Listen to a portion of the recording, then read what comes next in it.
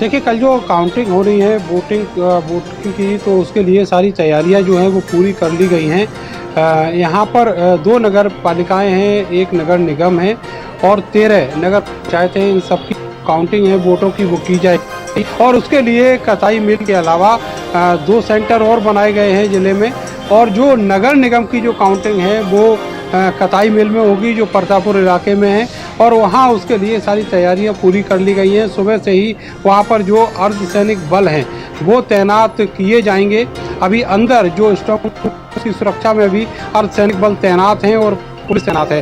कल सुबह जब पूरा इलाका जो है करीब 200 मीटर के आसपास का जो इलाका है वो पूरी तरीके से बैरिकेड कर दिया जाएगा और उसके बाद वहाँ पर वाहन नहीं जा पाएगा, केवल पास लगे वाहन ही जाकर पार्किंग में खड़े हो पाएंगे।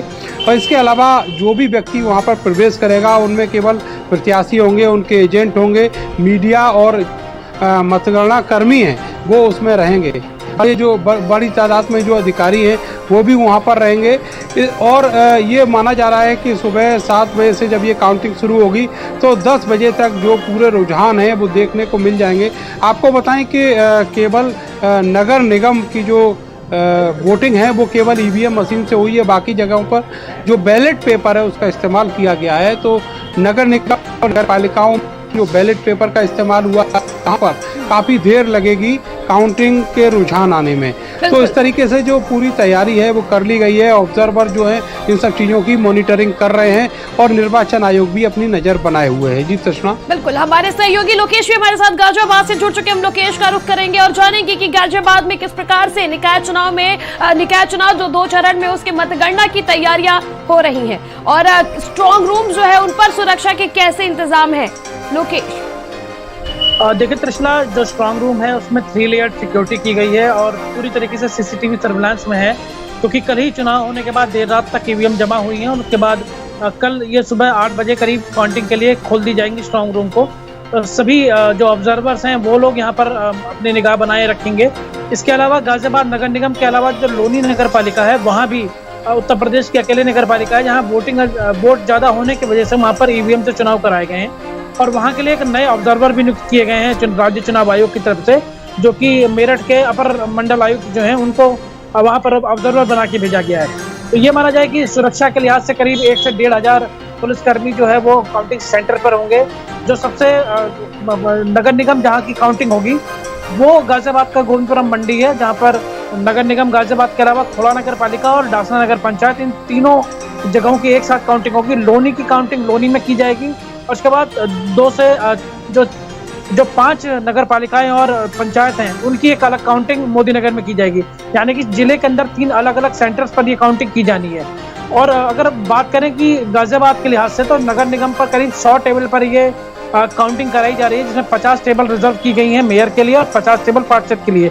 इसमें फेज वाइज काउंटिंग कराई जाएगी, क्योंकि मेयर में करीब 6.5 से 6.25 लाख के करीब वोट जो है वो कास्ट किए गए हैं और उसकी काउंटिंग के जो पहले रुझान है वो जल्दी आ जाएंगे।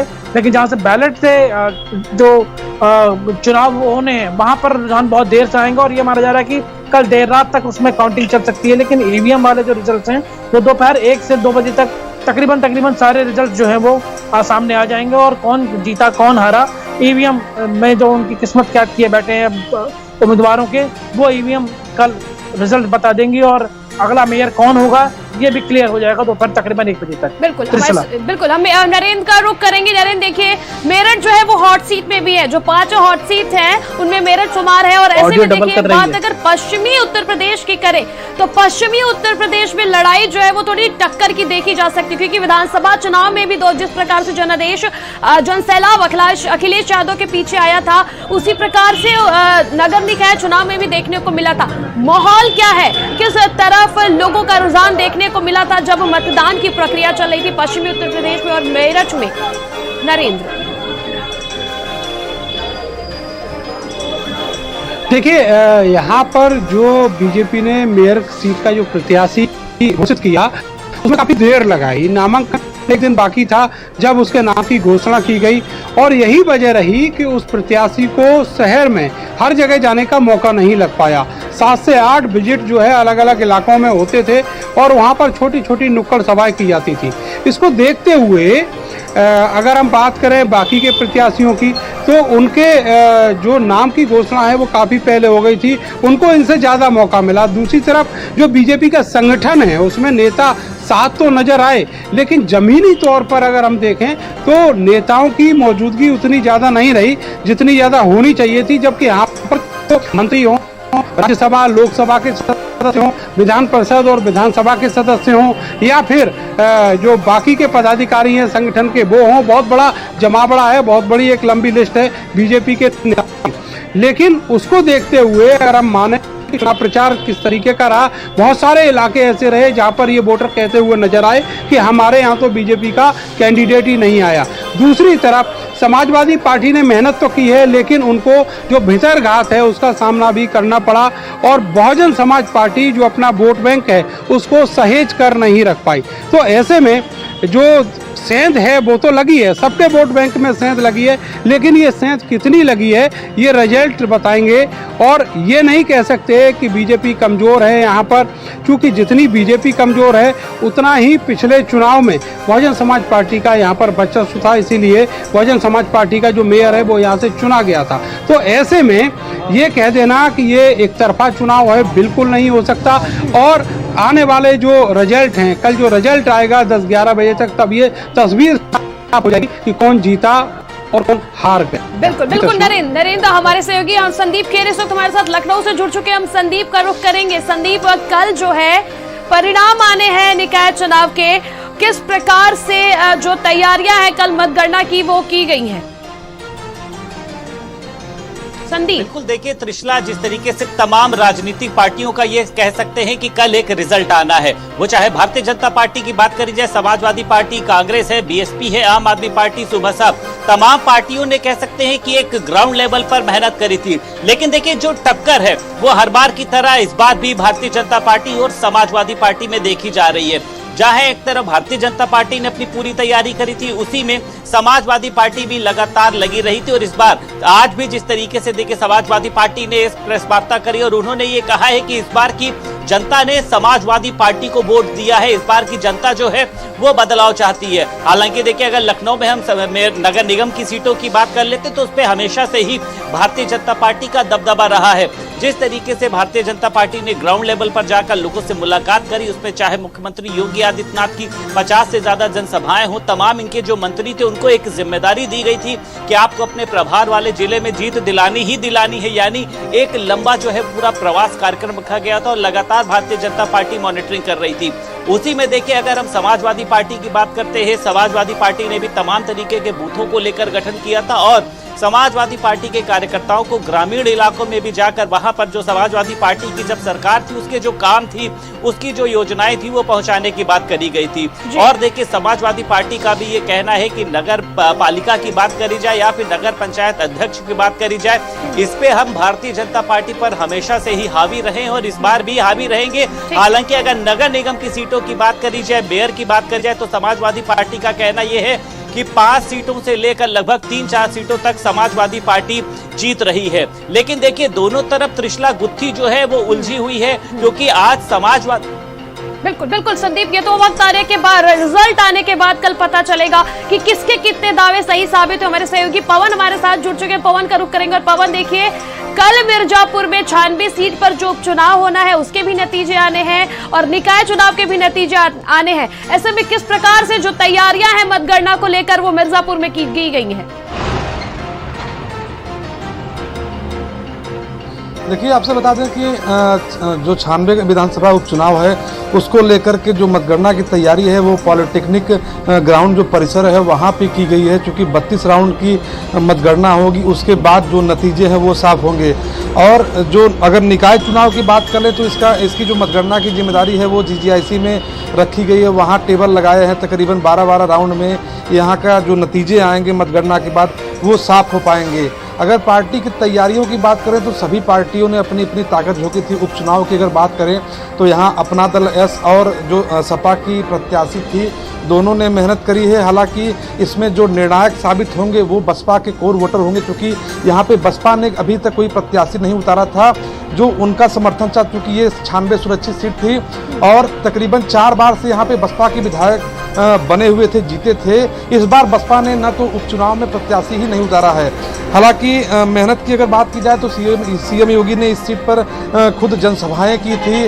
उसके बाद जो यहाँ जो बड़े बड़े मंत्री थे वो भी आकर के यहाँ पे प्रचार किए थे। अनुप्रिया पटेल, आशीष पटेल लगातार इस क्षेत्र में बने हुए थे। चूँकि अगर बात की जाए राहुल प्रकाश कोल, जो मृतक राहुल प्रकाश कोल हैं, उनकी पत्नी रिंकी कोल यहाँ से प्रत्याशी बनी हुई हैं और जो सपा है वो पूर्व विधायक भाईलाल कोल की बेटी, मतलब 2 महिलाएं ही इस सीट पर चुनाव लड़ी थी और कल इनके भाग्य का फैसला होगा कि कौन जीतता है कौन हारता है। पवन, निकाय चुनाव को लेकर के क्या कुछ अपडेट है?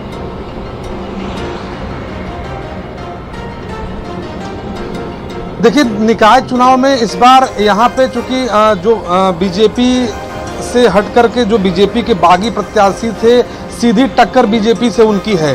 अगर मिर्जापुर की बात करें, चूंकि यहाँ पे 4 निकाय हैं, 4 निकाय में से सिर्फ बीजेपी के कब्जे में नगर निकाय था, उसके बाद कछवा निर्दलीय था, चुनार कांग्रेस के खाते में रही है, अहरौरा बसपा के खाते में रही है।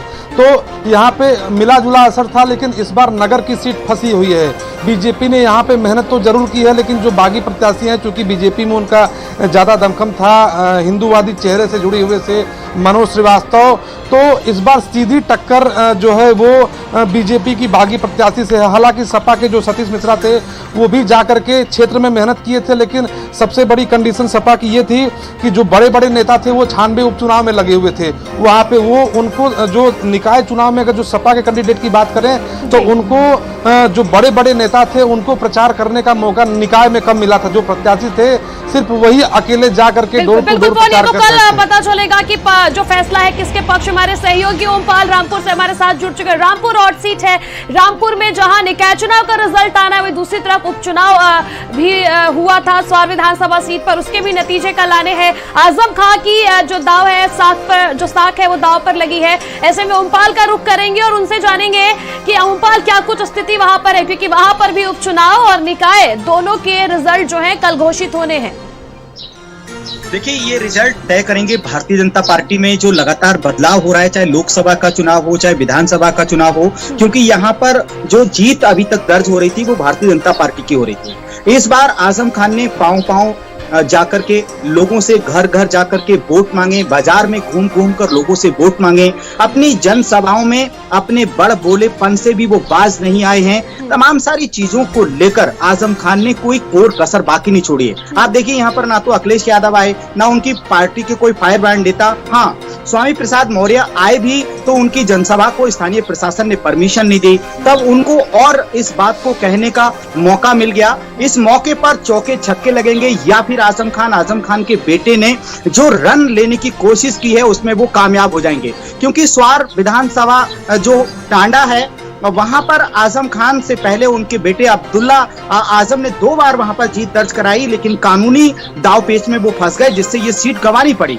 और उससे पीछे चलें तो हम कांग्रेस की पूर्व सांसद रही बेगम नूर बानो के बेटे काजिम अली खान, और उससे बहुत पहले यहाँ पर शिव बहादुर सक्सेना ने भारतीय जनता पार्टी का कमल खिलाया था। तो कुल मिलाकर मैं कह सकता हूँ कि स्वार में कांटे की टक्कर है, और ये टक्कर भारतीय जनता पार्टी बनाम समाजवादी पार्टी नहीं बल्कि आजम खान, क्योंकि आजम खान ने बहुत बड़ी बातें बोली हैं कि कोई हिंदुस्तान में माई का लाल ऐसा नहीं है जो मेरे लाल को हरा दे। अब इस लाल को कल मात मिलेगी या फिर ये विजयी होंगे, क्योंकि उन्होंने जिस प्रत्याशी, ये तो कल पता चलेगा कि फैसला किसके पक्ष में आया है। और हमारे सहयोगी लोकेश हमारे साथ गाजियाबाद से जुड़े। लोकेश, देखिए, जब मतदान की प्रक्रिया चल रही थी तो तमाम मंत्री और नेता भी मतदान केंद्र पर पहुंचे थे, अपने मताधिकार का प्रयोग करने। तमाम बड़ी बातें कही गई थी, गाजियाबाद को नंबर 1 पर लाने की बातें कही जाती है। ऐसे में क्या स्थिति बन रही है? ये जो निकाय चुनाव है, क्या कुछ रिजल्ट देगी? देखिए, अगर गाजियाबाद नगर निगम के संदर्भ में हम बात करें तो हमेशा से बीजेपी के पास ये सीट रही है, लेकिन इस बार समीकरण बदले हैं। बीजेपी हालांकि ज्यादा मतों से जीत दर्ज करने की ओर अग्रसर है, लेकिन इन सबके बीच उसकी सबसे बड़ी फाइट जो है समाजवादी पार्टी के साथ है। कांग्रेस और बीएसपी के कैंडिडेट यहाँ थे, लेकिन उनके लिए बहुत ज्यादा कुछ है नहीं, क्योंकि उनका संगठन ने साथ नहीं दिया और एकदम ऐन समय पर बीएसपी के प्रत्याशी तक को कोई समझ नहीं पाया। बीजेपी के सामने एक बड़ी चुनौती है कि नगर निगम के अलावा जो 4 नगर पालिकाएं हैं, उन चारों नगर पालिकाओं के किले को अपने आप बचाना उनकी बड़ी चुनौती है, क्योंकि खोड़ा, लोनी और मोदीराज नगर और मोदी नगर, ये चारों नगर पालिकाएं पर पिछली 2017 की योजना में चुनाव में जो बीजेपी है उसने जीत दर्ज की थी।